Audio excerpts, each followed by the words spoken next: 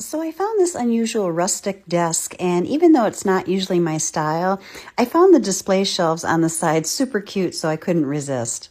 I believe it's made of oak. At first I grabbed my carbide scraper, but it wasn't doing much, so I switched to my orbital sander. That turned out to be fruitless. Luckily, I just picked up my very first sanding net, and to my surprise, it worked beautifully. Oak tends to have these deep grains where the varnish really sticks, so you need something heavy-duty like this net. Once I got the top sanded, I tackled all the curves and planes, turning it sideways and even upside down to hit every nook and cranny. After the first rough sand, I went back in with 220 grit to smooth everything down. Even though the sanding net cut through the first layer, it still took quite a while to get everything sanded down fully and prepped for the next step.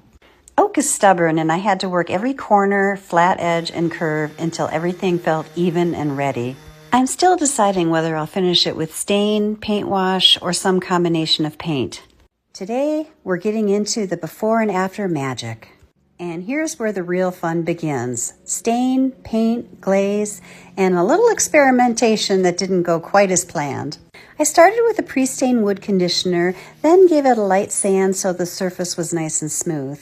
For the color, I mixed two stains together, natural and walnut, because I wanted a mid-tone, not too light and not too dark. I also stained the two toe boards at the bottom so they'd match the top. Here's where things started to go sideways. I'd had this white stain I never used before, so I tested it on the back. It was blotchy and I wasn't loving it for the whole piece, but I decided to try it on the drawer. And after the first wipe, yep, it was too late. So I added a second coat and left it. Then I finally cracked open this antique glaze I bought, 2 years ago, and wow, I loved it. Super easy to apply, forgiving to work with, and it gave the drawer this almost natural-looking grain pattern. Next up was paint.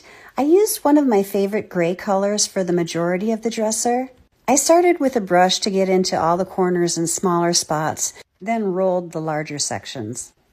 After a light sand between coats, I went back in with a second coat everywhere.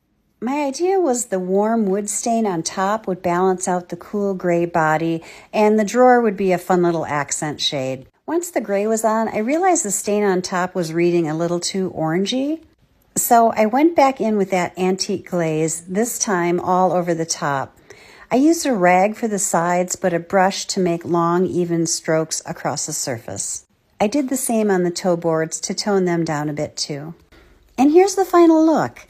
I love each technique on its own, the mid-tone stain with glaze, the gray paint, and the glazed white drawer, but together, it's a little funky.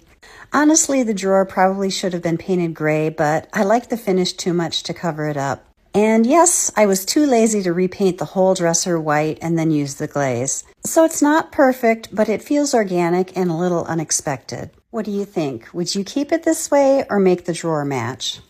My name is Meg, and I show you practical tips for refinishing and flipping furniture.